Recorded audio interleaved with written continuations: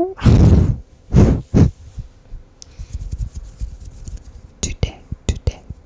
we are talking about quiet on set. Quiet on set. I have wanted to do this video for a long time.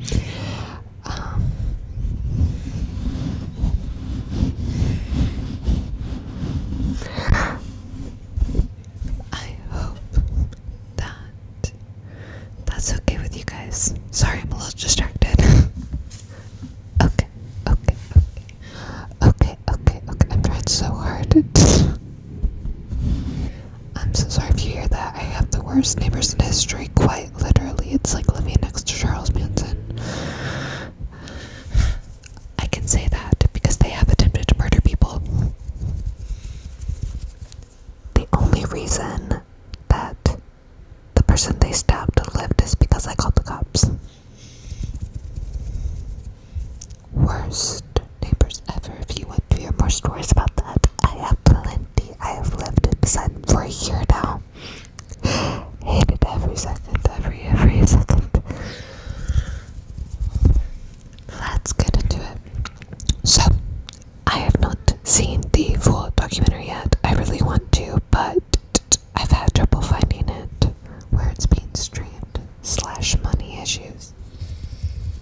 But I'm going to recap what I know, what I knew as a kid, and what I'm currently learning before watching the documentary all the way through. And then I thought it would be kind of fun to go back after I've watched it and see if my opinions have changed, if anything is different, if it's worse than I thought. First of all, I will say, and spoilers, warning, there are going to be spoilers.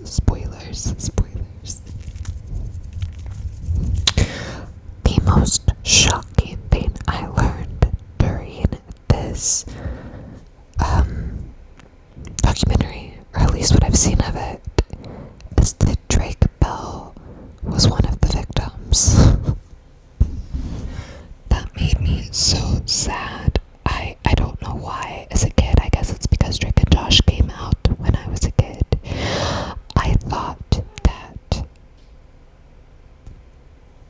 I really cared about Drake and Josh, like the actors, which I know sounds so silly, but like as a kid, knowing that they were actors, I worried about them. I know how weird that sounds, but I did. I remember when they made the first Drake and Josh movie, Drake Bell had been in a car accident, and I cried and asked my mom if he would be okay and if he would still be able to make it to the movie, because I didn't realize that they filmed ahead of time. I thought that he was like, that the movie wouldn't play because he was in a car wreck, and I was worried for him. Just fun little fact about little old me. So the pedophile, because he is a fucking pedophile, we're going to call him a pedophile, that did that to Drake Bell, was Brian Peck, not related to Josh Peck, which is what I kind of thought at first. Brian Peck raped Drake Bell at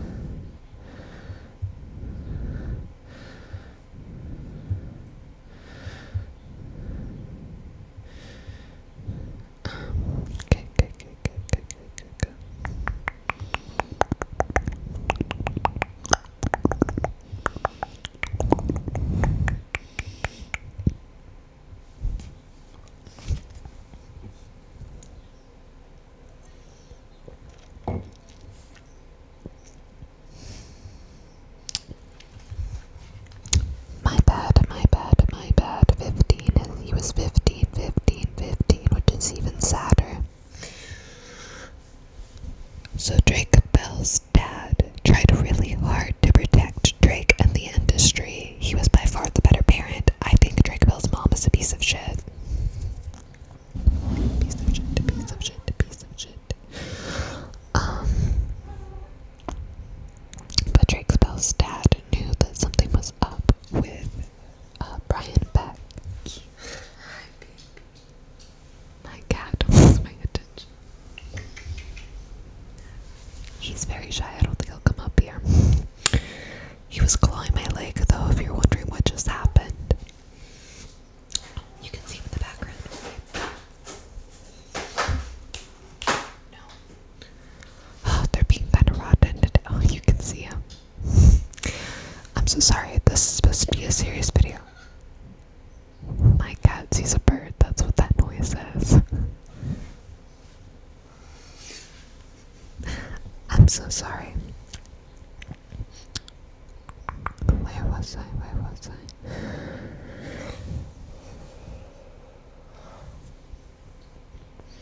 Drake Bell's dad was a true hero in my opinion. He tried really hard to protect Drake Bell and the Nickelodeon industry.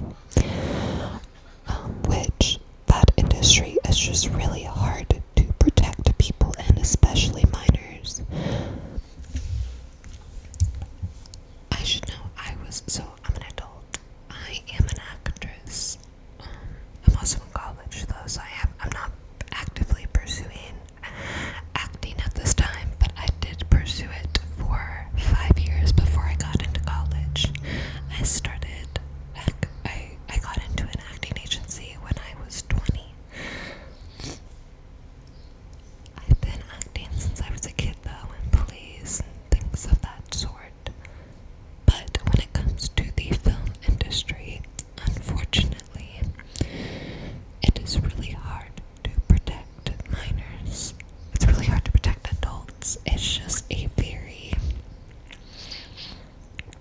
a very sexual industry for everybody involved.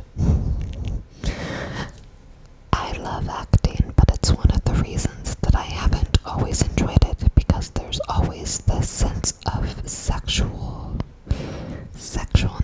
in the industry. I've had issues with photographers. I won't go into it because this isn't my story. I'm just saying I can tell you from personal experience, the acting industry doesn't feel safe a majority of the time. It's why I don't know if I'm going back. Anyway, story for another time. But, so Drake Bell's dad tried to protect him.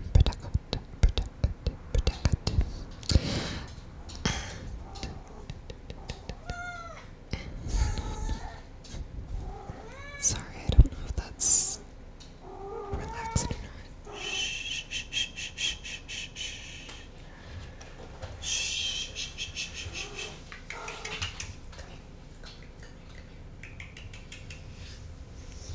I'm so sorry guys, these conditions are not the greatest for ASMR, but I hope that you still enjoy this filming. I hope you still enjoyed this video.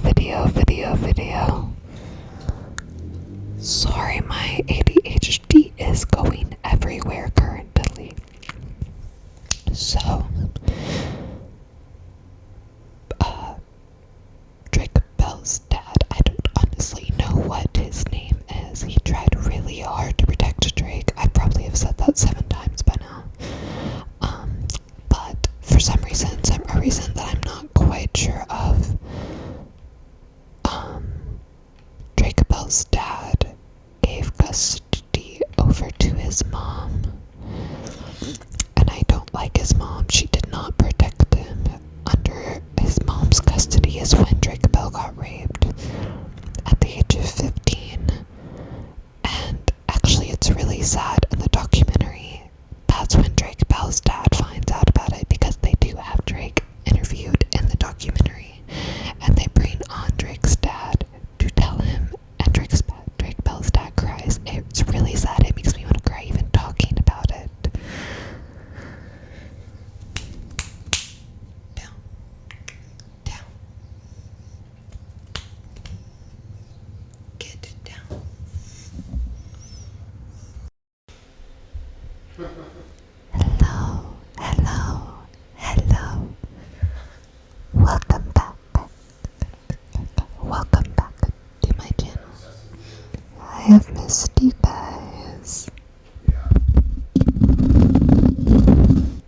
this is going to be a very clicky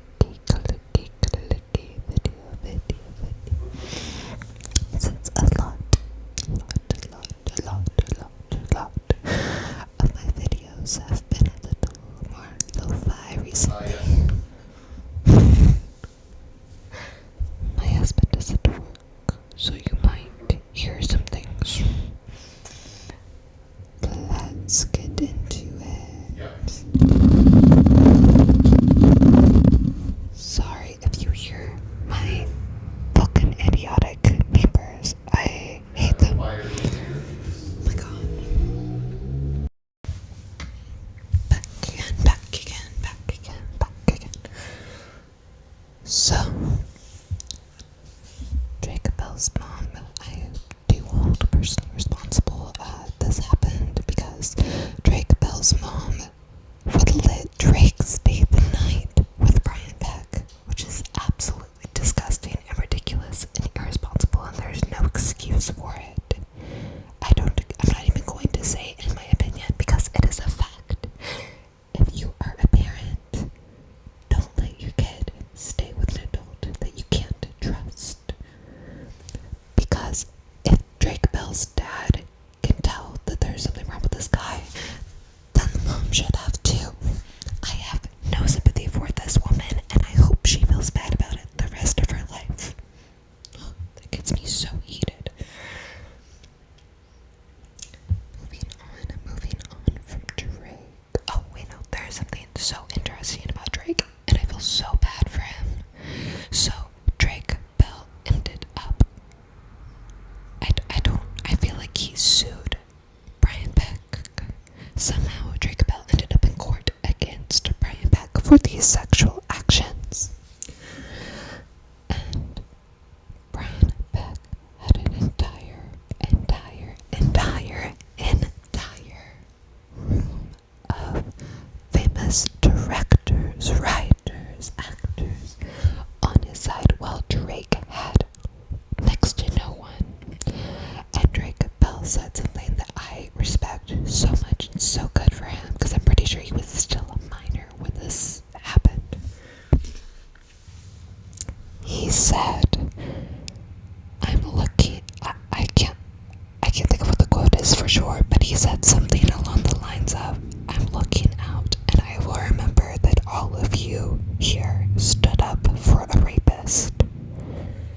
And boy, oh boy, do I respect Drake for that.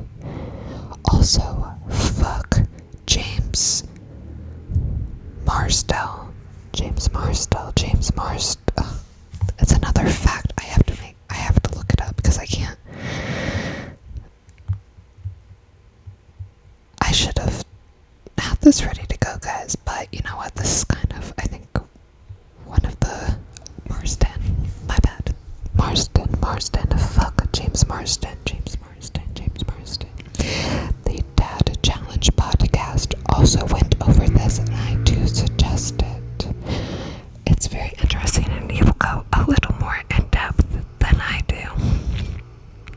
I am so sorry if this is not relaxing. I literally might have to scrap this entire idea for a different day, and I'm so pissed about it. This is the first break I've gotten since my finals started, and I wanted to get a video out for you. We'll see how this goes. Maybe I'll at least release some of it, even if it's not perfect, because I think most of you know most of my content is not perfect, but I kind of like it that I really like watching videos that aren't perfect.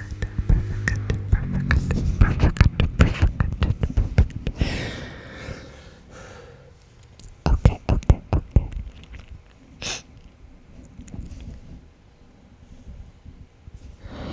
Next, we will talk about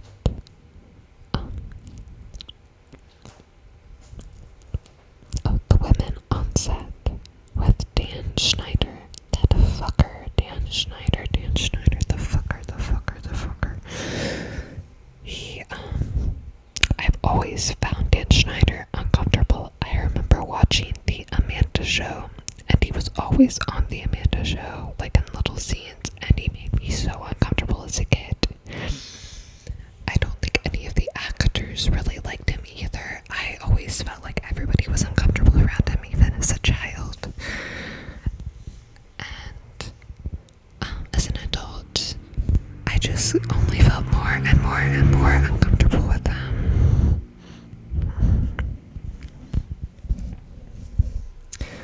More and more and more and more uncomfortable with him. Uncomfortable.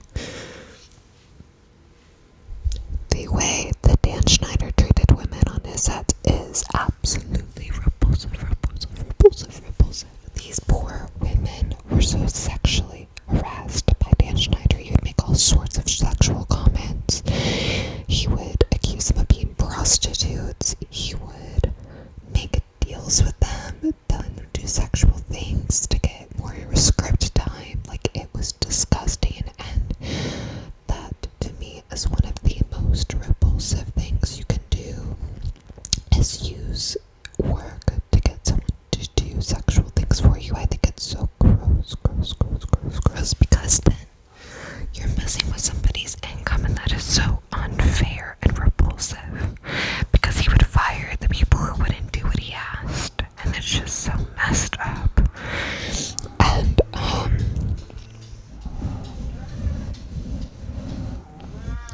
it was just not a good situation. Like, I think at one point he asked this woman to tell her script idea while like moaning or acting like she was having sex or something, and she did it. She didn't want to talk about it during the documentary. She said it made her uncomfortable to think about, and she regrets it, but I don't blame her. Like, what should you do? I hate it when people say, oh, well, you should just not work there, because it's like, when you've been in the industry for so many years, like one of those women that got mistreated had been in the industry for 7 years, trying to make it big, and that was her big break, was getting on Nickelodeon and working with Dan Schneider, and she was so excited, and I don't blame her at all for not wanting to give up her dreams because of that creep. Brian Beck is also a creep, and honestly, I think that anybody that supported any of those people are also creeps, whether they did anything or not.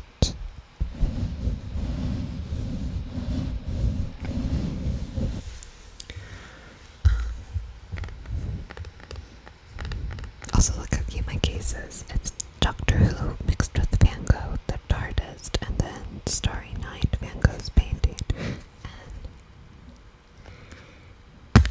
it's also wallet. I got this at Comic-Con. But I'm gonna use it to make some noises while we talk.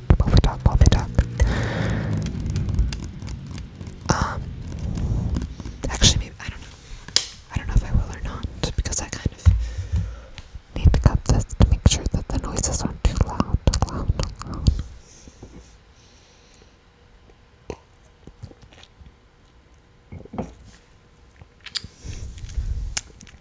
Also, I swear I'm not an alcoholic. It just happens that when I film these videos, I'm on my days off, and I do have drinks on my days off.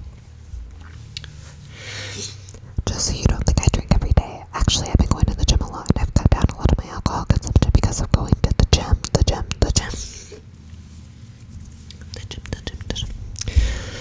Back to the story, I really hope you guys don't think I'm being disrespectful because I keep getting distracted. It's just my ADHD in full force. Next thing we're going to be talking about is Alexa Nicholas. She was one of the actresses on Zoey 101. I don't honestly remember her name. I'm not gonna lie, I didn't like her character. She annoyed me. Nicole. Her name was Nicole. Her character annoyed me, but I have nothing against the actress. But this poor girl was treated so badly by Nickelodeon, by Dan Schneider, by Britney Spears, surprisingly by Jamie Lynn Spears. Basically, the entire cast treated her like shit. And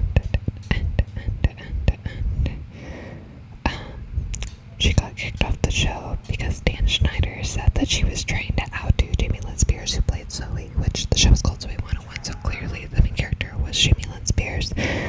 But Alexa Nicholas was literally just doing her job, and she happened to not get along with Jamie Lynn Spears. But it got so bad that Jamie Lynn got Britney Spears, and I'm not making this up, this was like in interviews. Britney Spears admitted to this, and Alexa Nicholas admitted to this. It's not rumors. Before all the Britney Spears fans come for me, Jamie Lynn Spears and Britney Spears blocked Alexa Nicholas in a camper, and Britney Spears screamed at her about how you can't harass my sister, and if you harass my sister, I'm gonna like deal with you and get you out of this industry. And I will admit, Britney Spears has apologized to this. She wrote Alexa Nicholas a letter apologizing. But what really ticks me off, and I respect that she apologized, but what really ticks me off is when people are like, well, you know, she was pregnant and she was misinformed. I don't care what your issue is. You, as an adult, never, ever yell at a child who is not yours, especially in a way that causes them to have an anxiety attack. You consult with the parent, and the parent will deal with it. You do not do that to a child, and I don't care what anyone says on that. But I respect that she apologized, and Alexa has forgiven her. Next.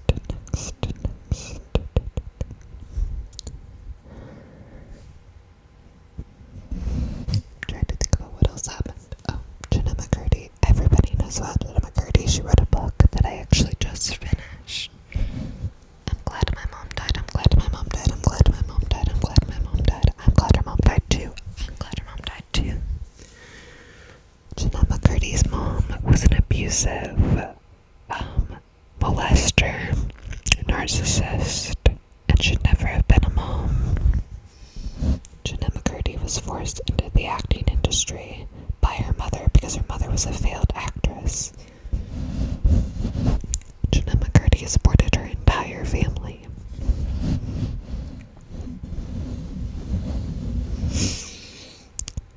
Jenna McCurdy's mom encouraged her to have an eating disorder so that her body would remain childlike. And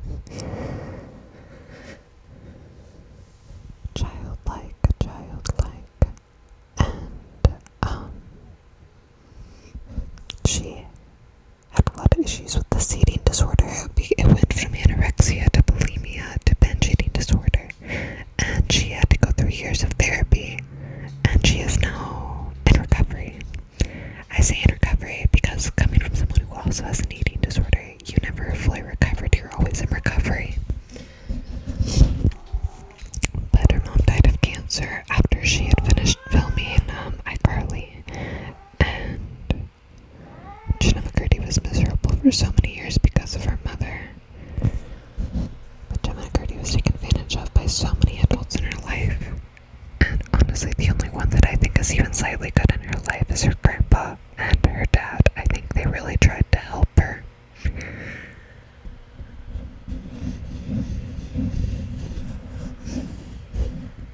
I'm trying to think.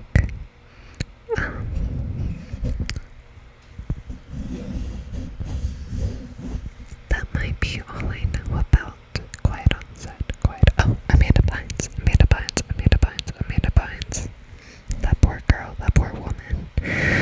Amanda Bynes started acting for Dan Schneider when she was like 12 or 13 on The Amanda Show, and she went to do many movies. Amanda Bynes' parents are awful. They basically gave up custody to Dan Schneider and his wife. Or Amanda Bynes got immunity.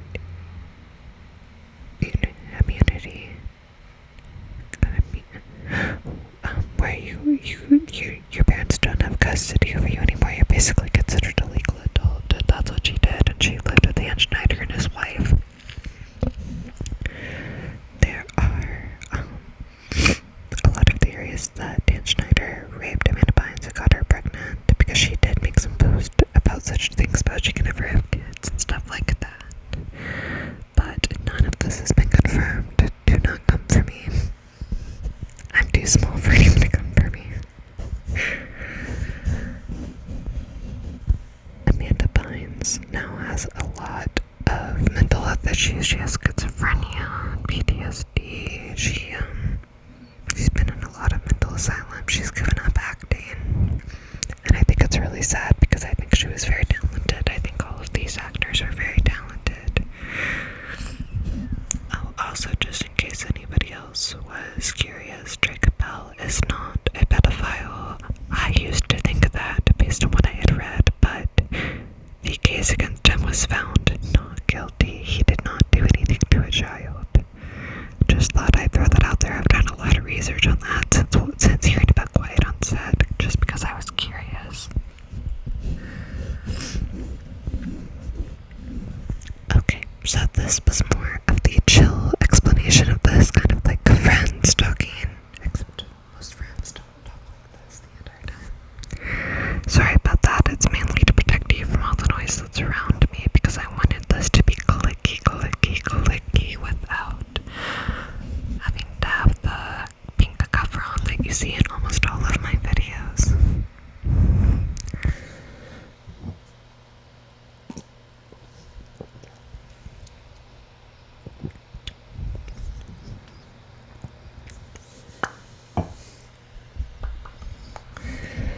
Let me know.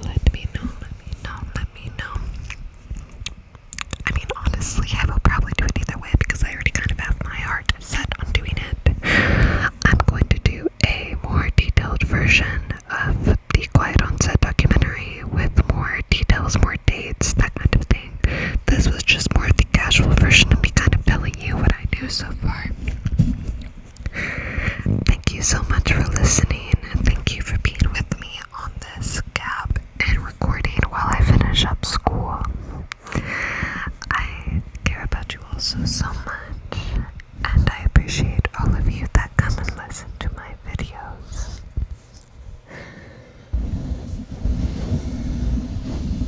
I hope that you have a great morning, afternoon, and night. Whether you are